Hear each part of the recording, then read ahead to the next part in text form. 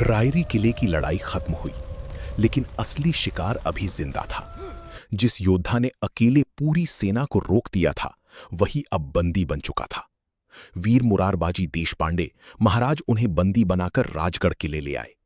कैद में खड़े मुरारबाजी की आंखों में डर नहीं था, बल्कि वही ज्वाला थी जो युद्ध में दिखी थी। तभी महाराज उनके सामने आए और शांत स्वर में बोले, तुम्हें भय है? मुरारबाजी हल्का सा मुस्कुराए और बोले, भय क्यों? ये रही तलवार, उठाइए और समाप्त कर दीजिए मुझे। कुछ पल के लिए सन्नाटा छा गया। महाराज की आंखों में तेज चमका। उन्होंने दृढ़ आवाज में कहा, स्वराज्य में वीरों की विटंबना नहीं की जाती। फिर महाराज आगे बढ़े और बोले, चंद्रराव मोरे रायरी के युद्ध से भाग चुका है और उसे हम जल्द ही पकड़ लेंगे।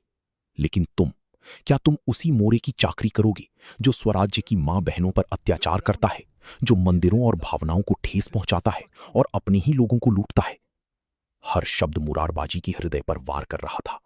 महाराज की आवाज और प्रखर हो गई, भूल जाओ वो सब और उठाओ ये तलवार, देव, देश और धर्म के लिए। स्वराज्य को तुम जैसे वीरों की आवश्यकता है। आज अगर तुम जैसे योद्धा स्वराज्य में होंगे तो एक दिन पूरा हिंदुस्तान भगवा होगा। कुछ क्षणों के लिए समय जैसे थम गया और फिर वही अडिग योद्धा धीरे धीरे घुटनों पर बैठ गया। आंखों में आंसू थे, लेकिन चेहरे पर गर्व। राजे, ये देह अब स्वराज्य के लिए लड़ेगा, जिएगा भी स्वराज्य के लिए और मरेगा भी स्वराज्य के लिए। महाराज के चेहरे पर हल्की सी मुस्कान आई। उन्होंने आओ साहिब की ओर देखकर कहा, खंडेराया के हाथ का खड्ग अब स्वराज्य में आ चुका है। अब हमें पुरंदर किले की चिंता नहीं।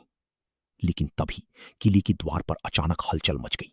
बहिर्जी नायक तेजी से अंदर आई, सांसें तेज, चेहरा भय से भरा हुआ। उन्होंने कांपती आवाज में कहा, महाराज, अफजल खान स्वराज्य की ओर बढ़ चुका है और अब जो युद्ध आने वाला था वो सिर्फ किलों का नहीं, पूरी स्वराज्य की अस्तित्व का होने वाला था। आगे क्या हुआ जानने के लिए चैनल को सब्सक्राइब करिए।